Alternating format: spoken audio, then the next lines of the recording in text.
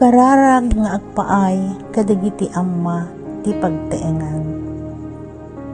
Amami nga addat sa dilangit, bendisyonam kadi dagiti isu amin nga amma iti entero nga lubong.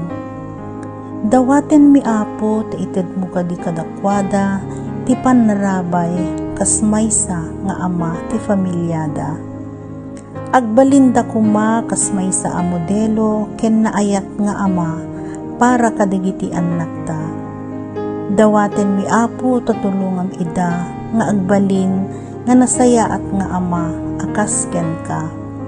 Ikkam ida Apo ti grasya ken anus kinama nagteppel tapno maannong da ti parteda kas maysa nga ama ti pagteenganda.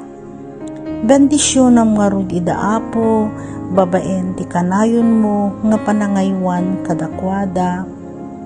Amen.